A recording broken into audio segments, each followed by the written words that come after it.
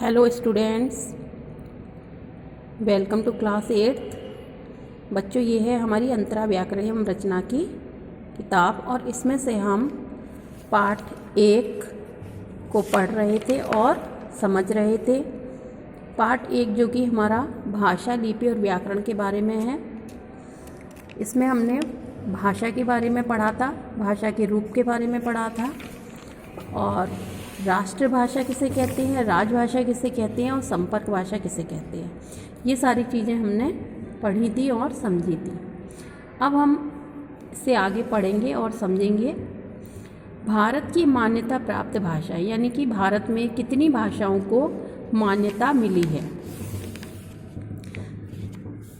भारतीय संविधान में 22 भाषाओं को मान्यता प्रदान की गई है। वे इस प्रकार हैं।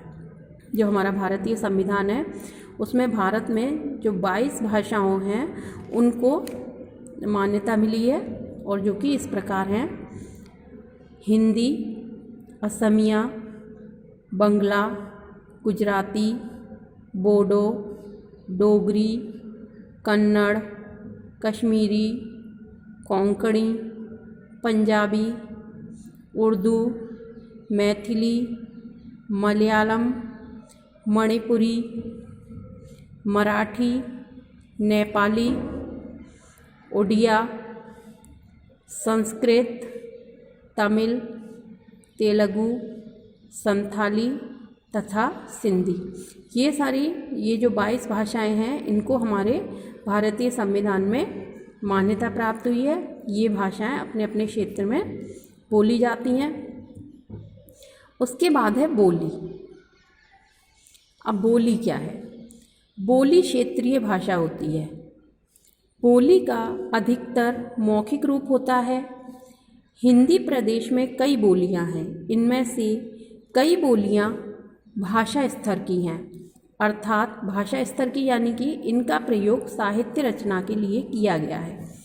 बोली क्षेत्रीय भाषा होती है, जैसे कि एक क्षेत्र में बोली जाती है। जैसे ब्रज क्षेत्र है, जैसे कि उत्तर प्रदेश का जो ब्रज क्षेत्र है, मथुरा है, मथुरा के आसपास के जो हैं क्षेत्र हैं, अपना ये बलदेव क्षेत्र है। यहाँ पर जिस तरीके की आप लोग बोली बोलते हो, थोड़ा ग्रामीण लैंग्वेज, थोड़ी सी ग्रामीण उसमें आ जाती है आपका, तो वो क्या होता है, वो क्षेत्रीय भाषा जो होती है वो होती है बोली। ठीक है। और बोली का अधिकतर मौखिक रूप ही होता है, यानी कि हम अधिकतर इसको बोलने में ही इस्तेमाल करते हैं, लिखने में इस्तेमाल नहीं करते। ठीक है।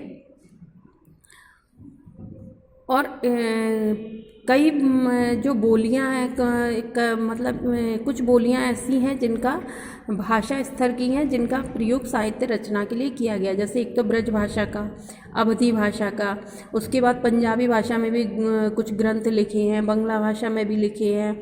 ठीक है। इस तरीके से अपने अपने क्षेत्र में अलग अलग साहित्य रचना भी हुई है। उन्होंने अपनी अपनी भाषा में इन सब चीज़ को लिखा है। ठीक है। इनका प्रयोग साहित्य रचना के लिए किया गया है, इसलिए ये उपभाषा भी बन गई हैं और ये उपभाषा भी बन गई हैं। जैसे कि ब्रज भाषा है, अवधी है। ठीक है। सूरदास ने जो पद लिखे हैं वो अधिकतर ब्रज भाषा में लिखे हैं। तुलसीदास ने रामायण लिखी है, वो अवधी भाषा में लिखी है। तो इनका प्रयोग साहित्य रचना में हुआ है। ये क्षेत्रीय बोली थी, लेकिन इनका प्रयोग साहित्य रचना में भी हुआ है, इसलिए इनको उपभाषा बोला गया है। उपभाषा के रूप में इनको देखा जाता है। उसके बाद है लिपि। मौखिक भाषा को लिखित रूप प्रदान करने के लिए निश्चित किए गए वर्णों के चिन्ह को लिखने की विधि या तरीके को लिपि कहते हैं। इसको सारे बच्चे अंडरलाइन करेंगे। मौखिक भाषा को लिखित रूप प्रदान करने के लिए निश्चित किए गए वर्णों के चिन्ह को लिखने की विधि या तरीके को लिपि कहते हैं। हिंदी भाषा की लिपि देवनागरी है। जो हम लिखते हैं, जो हमारा ये जो लिखा हुआ है आप अभी देख रहे हो, ये किस लिपि में लिखा गया है? देवनागरी में।